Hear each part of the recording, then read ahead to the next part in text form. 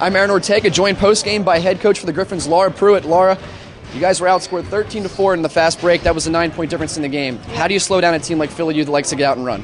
Well, I think it's definitely, basically it comes down to shot selection on our end. It's something we've talked about consistently throughout the year. But again, when you have a young team, it's just a learning curve. And obviously we would have loved that shot selection would be something that we're really, really good at. Sure. But if UConn take bad shots, I think we can handle Chestnut Hill taking some couple of bad shots, because you just don't have an opportunity to hit the glass offensively and then cover your backcourt. So I think that's really what it came down to. And at this point in the season, we don't have a kid who's going to just go one-on-one and score 25. We really emphasise playing together as a team and defending and rebounding the ball. And we've had a couple of close losses now at this point.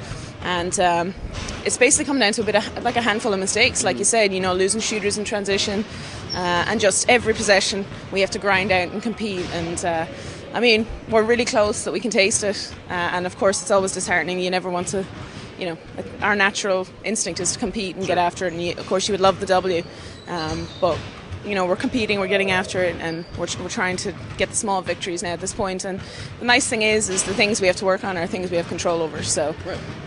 Well, that's right to my next question is, back-to-back losses now. You're coming off a game where you lost by 2 points, the Georgian court, very close game. This one closer than a 9-point game, in my opinion. You guys were right there till the very end. Mm-hmm. What do you have to do? What has to change in order to get back into the win column and win those close games? Yeah, I think, we're going to continue to compete like we have been in practice. We changed a couple of things around in our daily practice routine to introduce a little more competitive spirit and kind of fire. And it's just, I think, obviously it starts with me. I'm the head coach. It's me demanding we take care of details.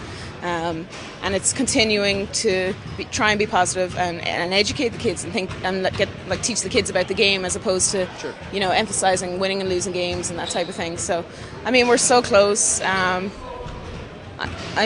could be biased, but I don't know if people are excited to play us, because we are in every game. We're right there. We're like that dog that grabs your ankle that won't go away, And again, it's just every day in practice. That's where it starts, and it's just trying to stay together and keep the troops kind of the morale high, and we'll see what happens. But we're really excited. We know what to expect with Goldie on Wednesday, and I think it's just that getting over that hump of getting the W in these close games, because right now it's mental. And my dad always said when I was growing up, life is 10% of what happens to you and 90% how you respond. So we're going to see how we respond to this on Monday, and I'm ready to play already. I wish we could play again. I wish we could play straight away again, but unfortunately we can't. But they're hanging in there. They're doing what we asked them to do, and I can't say more about the group of kids. It's just I want to win more so for them than for me. But they're awesome. They've been doing the right thing, and we'll see what happens on Wednesday.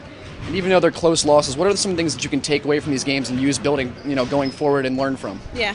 Well, I think, and we talked about it in the locker room, the first thing is just holding ourselves accountable. I think that's really important. The bottom line is we don't rebound the ball well enough to consistently win games right now. But again, that's, you hear it all the time. Rebound doesn't require any skill. It's just about who wants the ball more. So that's, the first thing. And I think, offensively, we just have to continue to take great shots. We're not a three-point shooting team. We have kids who can make some shots when they're open.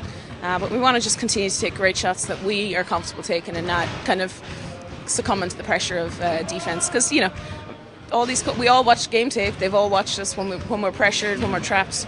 We tend to get a little frazzled. So that's something that we have to continue to do and improve on, which I thought we did a nice job of today. And we did, we just keep calm and carry on. That's what we've got to do. And we couldn't score a basket today in the second half, and that's why I love this game. It's so humbling. You come out and you have a tremendous first 20 minutes, and then the second 20, it's like, oh no, hold on a second.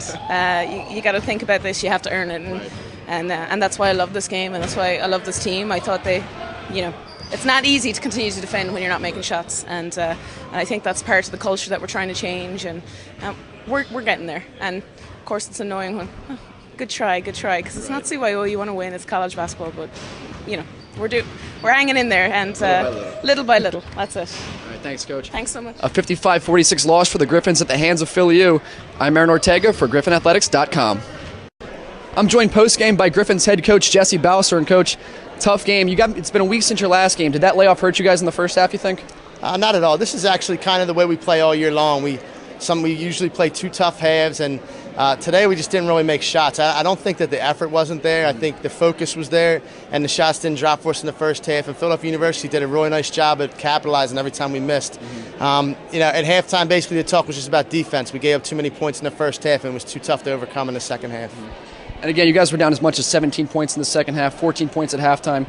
Talk a little bit more about what you told them on the bench and then what adjustments you made at halftime and even the second half to get back into this game.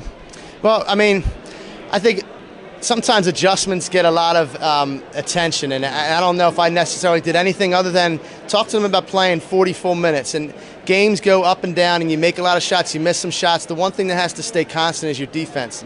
And basically at halftime, what we talked about is keeping them in the 20s defensively in the second half, and hopefully our shots will drop. We did a good job stopping them and keeping them in the 20s, but we just didn't make enough shots, and time ran out on us. Yeah, the second chance points in that game were really the difference. It was a 12-point margin in the favor of the Rams. What do you do to change that next time out? Oh, my gosh. You know what? That's a tough question because we work on that.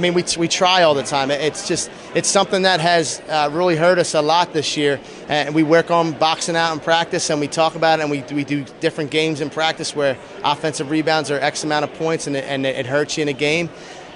But it comes down to staying focused and getting we just got to want the ball a little bit more. And it's not that they don't want the ball, but they obviously don't want it enough because the other team keeps on getting it. Thanks, Coach. A tough 4-point loss for the Griffins and another one on the notch of the belt for Hall of Fame coach Herb McGee, 942 in his career. I'm Aaron Ortega for GriffinAthletics.com.